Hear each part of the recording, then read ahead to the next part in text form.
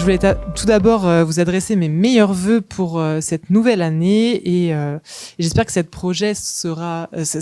année sera remplie de projets et de bonheur sur 2024. On est extrêmement fiers de vous accueillir aujourd'hui à la Maison Poincaré pour cette deuxième rencontre des directeurs et directrices. Et c'est un moment important pour nous parce que c'est un moment réflexif et de prise de hauteur qui est très important pour le réseau. Et pour cette édition, on se concentrera sur la question du militantisme et de l'engagement. Et notamment quel est le rôle et le positionnement à avoir pour les structures de culture scientifique, technique et industrielle face aux enjeux environnementaux et sociétaux. Cette rencontre, on l'a vraiment pensée, ajustée avec l'équipe salariée et le bureau afin qu'elle réponde au mieux à vos besoins. Et lors de cette première journée, vous aurez la chance d'avoir une conférence de Laure Nouala qui sera suivie ensuite d'une table ronde sur la question de la neutralité. Pour la fin de la journée, on clôturera avec un cocktail dînatoire qui se déroulera en parallèle d'un événement organisé par la Maison Poincaré, mais avec des places limitées. Donc ceux qui s'étaient inscrits uniquement pourront y participer. Ce sera vraiment en parallèle du cocktail, donc ça n'enlève pas le moment de networking. Demain,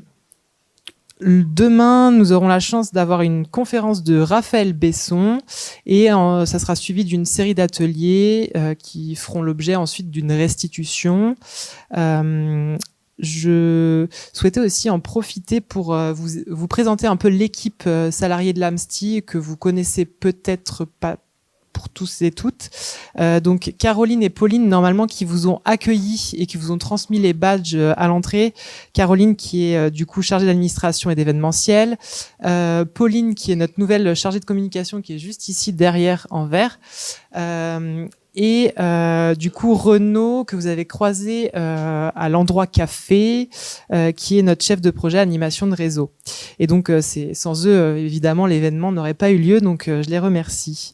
Je vais maintenant laisser la parole à Élodie Christophe qui est responsable de la Maison Poincaré et à Laure Danilo qui est nouvellement élue présidente de l'AMSTI de ce matin.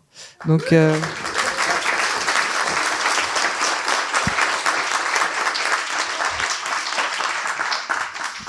Donc, belle rencontre à toutes et à tous. Bonjour à toutes et à tous. Déjà, je voulais vous remercier d'être là. Ça me fait extrêmement plaisir de vous accueillir à la Maison Poincaré. La directrice, Sylvie Benzoni, qui est directrice de l'Institut Henri Poincaré et mathématicienne, sera là demain pour vous faire part d'un petit mot d'accueil également à l'IHP, puisque donc la Maison Poincaré, elle est dans l'Institut Henri Poincaré, donc au sein de l'Institut Henri Poincaré, donc qui est sous tutelle de Sorbonne Université et du CNRS, pour vous donner un petit peu le périmètre.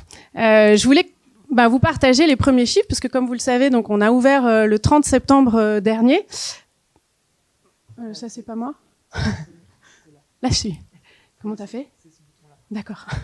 Merci.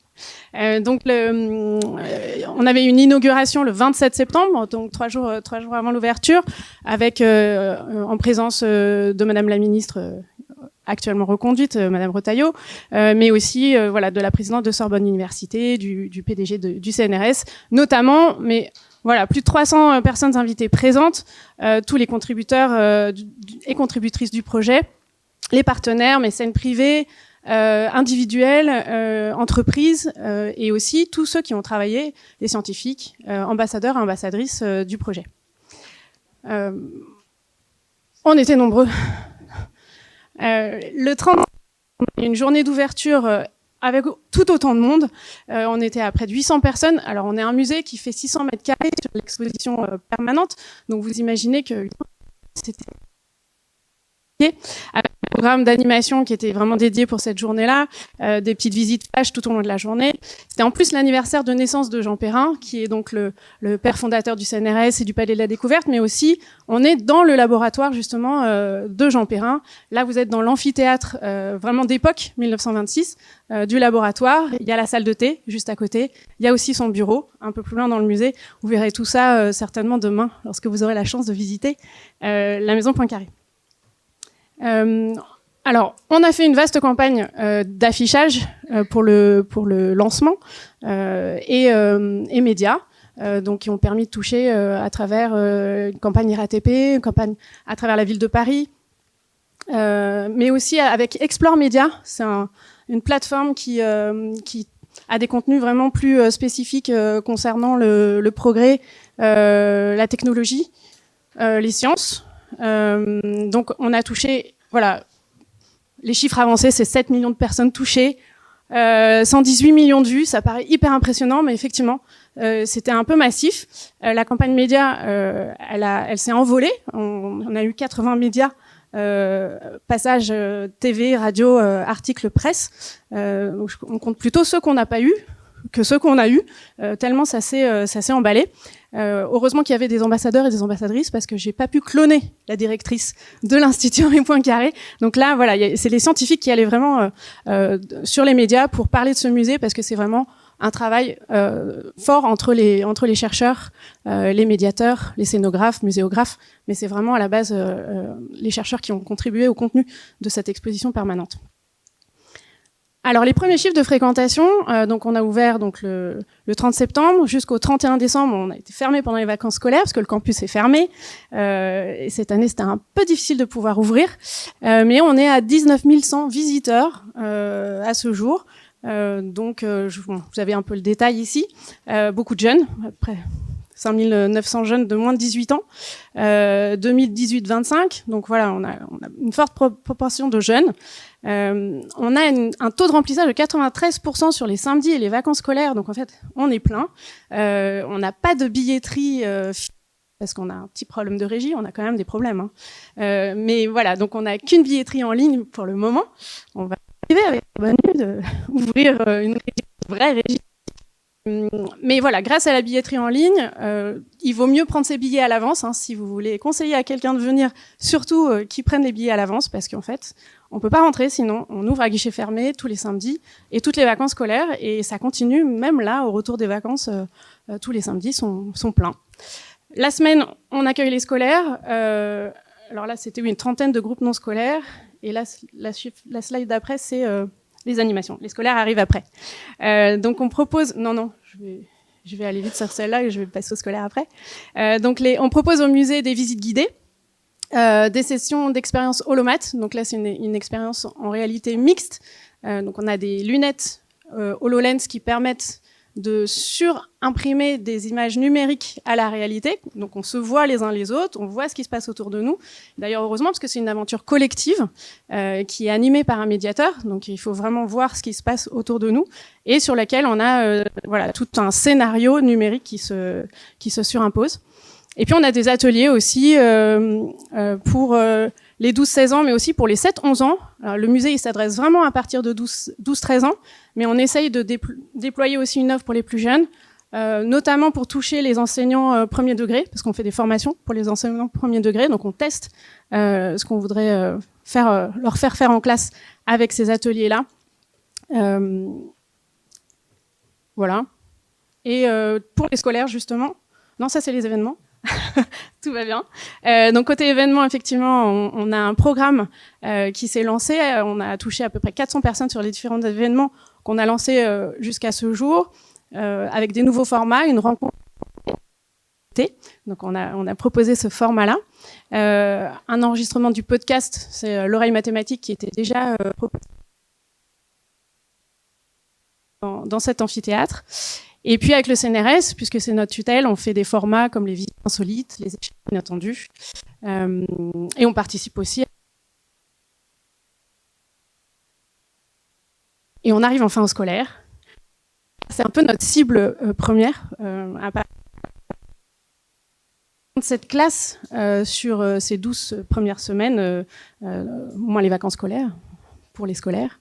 Donc, soit plus de 1600 élèves de collège et lycée, avec un IPS moyen d'établissement autour de 107, donc on est à peu près dans la moyenne nationale. Notre objectif, c'est vraiment d'avoir 50% d'établissements REP et REP+.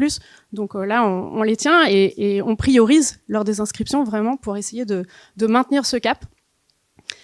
Sur ces premiers mois d'ouverture, bon, comme les établissements n'ont pas pu vraiment venir de très loin pour préparer leur voyage, ils viennent à 65% de la région Île-de-France, 95% du secteur public, ils passent à 99% par le Pass Culture École.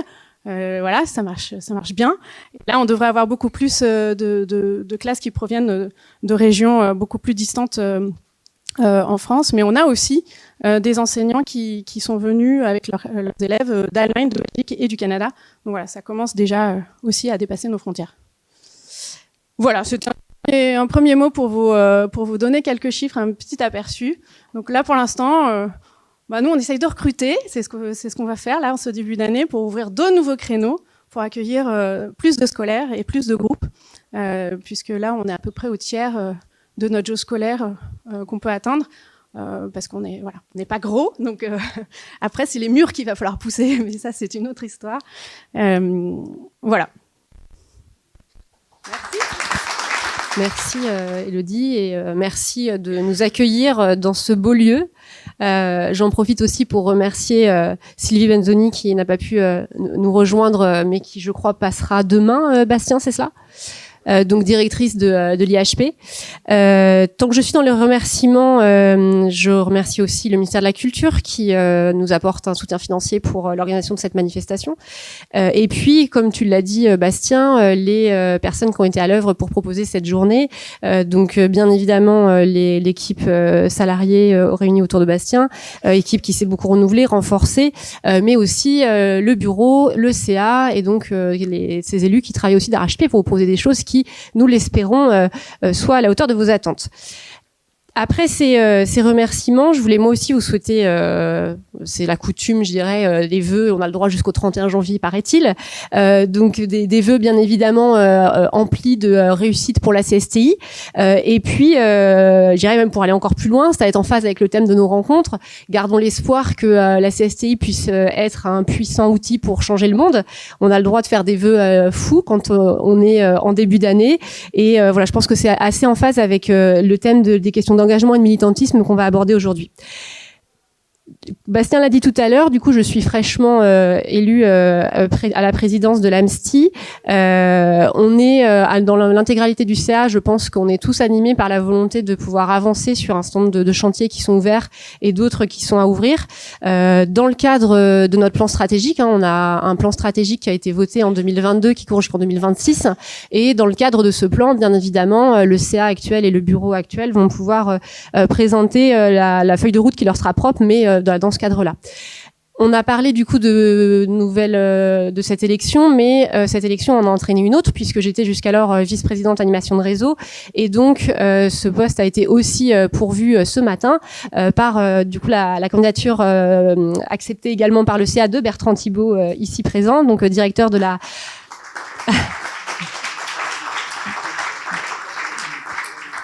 je ne sais pas si on le présente encore, directeur de la... Je vais l'accent, je vais pas l'avoir, mais bon, j'essaye de la Canadiense, quelque chose comme ça. C'est top. De Bastia, qui nous a accueillis pour le congrès l'an dernier et donc qui rejoint le bureau en tant que vice-président animation de réseau. Pour en venir du coup aux rencontres directeurs-directrices, c'est donc la deuxième édition cette année. Je pense que c'est un moment qui est appelé à devenir un temps fort de notre réseau. Et le fait que ce soit la deuxième édition, déjà on a un petit avantage par rapport à la première, c'est qu'on a aussi pu, j'espère, essayer de prendre en compte vos retours, en tout cas certains retours de la première édition, pour améliorer. La première chose, c'est que on nous avait dit, mais on est très content de se retrouver, mais on voudrait avoir plus de temps pour se parler, parce qu'en fait, vous prévoyez trop de choses et on a besoin aussi d'échanger. Donc, on a aussi ménagé davantage de temps et peut-être moins chargé le programme. C'est pas pour autant qu'il n'est pas fort riche, mais également aussi un autre point qui était comment est-ce qu'on peut avoir une forme de restitution et peut-être partager avec aussi le reste de nos équipes ou avec les personnes qui n'ont pas pu venir, les réflexions qui ont lieu dans ces moments-là, réflexions qui sont extrêmement importantes pour chacun, pour le devenir de nos structures, mais également pour notre collectif. Et donc, pour cette année, on va tester un nouveau format de restitution avec une publication d'actes voilà, dans les mois à venir. L'équipe s'est mise sur ce chantier-là. Donc voilà, encore une fois, on essaye des choses et puis on verra si ça a appelé à être poursuivi. Et puis du coup, donc je disais tout à l'heure, effectivement, un temps fort pour notre réseau.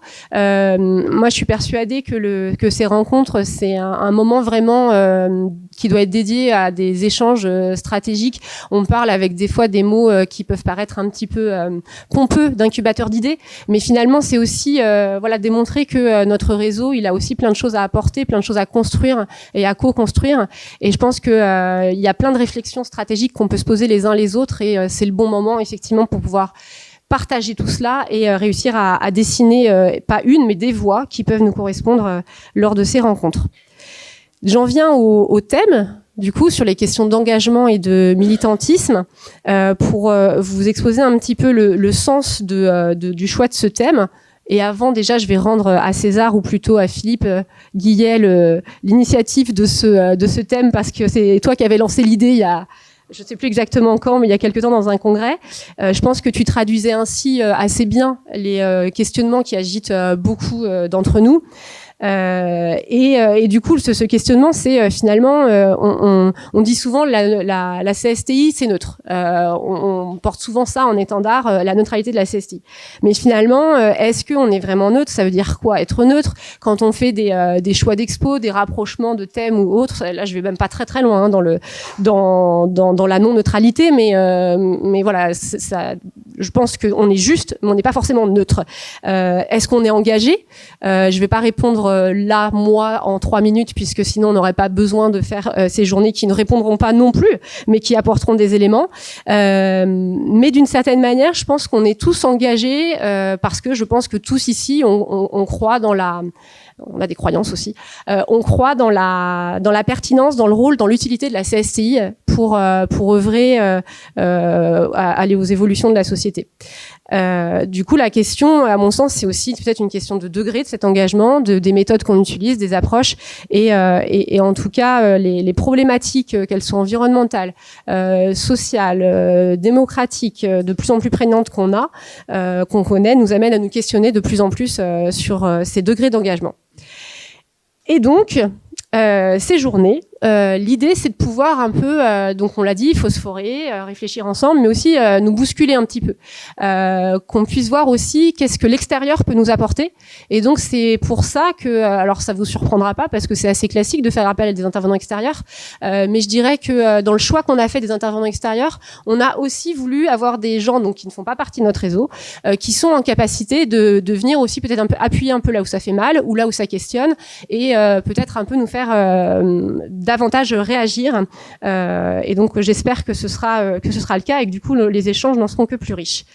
Donc on a pour cette première journée une première intervention suivie ensuite d'une table ronde qui croisera des regards. Et demain, sur les temps d'atelier, on aura là aussi des intervenants qui proposeront des visions. Alors c'est pas que d'intervenants extérieurs, mais certains d'entre eux, c'est le cas. Et puis pour finir, parce que je parlais tout à l'heure des temps de pause, mais je dis ça à la fois en plaisantant, mais en même temps de manière très sérieuse aussi. Je pense que la convivialité, c'est quelque chose d'extrêmement important pour notre réseau. Je pense qu'on est beaucoup à vouloir et à participer à ces journées à plein de titres, mais on est aussi content de pouvoir retrouver des collègues, découvrir de nouvelles personnes. Et je pense que la convivialité, c'est aussi quelque chose d'important, et c'est pour ça qu'on fait des soirées aussi. La convivialité autour, bien évidemment, de cette possibilité aussi de pouvoir rencontrer, réseauter, etc. avec d'autres acteurs. Et voilà, pour conclure, en tout cas, moi je suis vraiment extrêmement heureuse et fière de pouvoir aujourd'hui du coup être présidente de l'AMSTI et en tout cas pouvoir m'engager pour ce réseau, parce que tout ce que j'ai pu raconter, moi à titre personnel, vraiment je le vis, je le ressens et je me sers quelque part et je prends en fait tout ce qu'il y a aussi à prendre dans ce réseau, et je pense que vous en faites tous de même. Donc je vous souhaite de bonnes rencontres directeurs, j'espère que je n'ai pas été trop longue, et puis on va laisser la parole du coup à Laure Nouala, qui va j'espère nous apporter quelques éléments d'éclairage un petit peu extérieurs et peut-être nous questionner.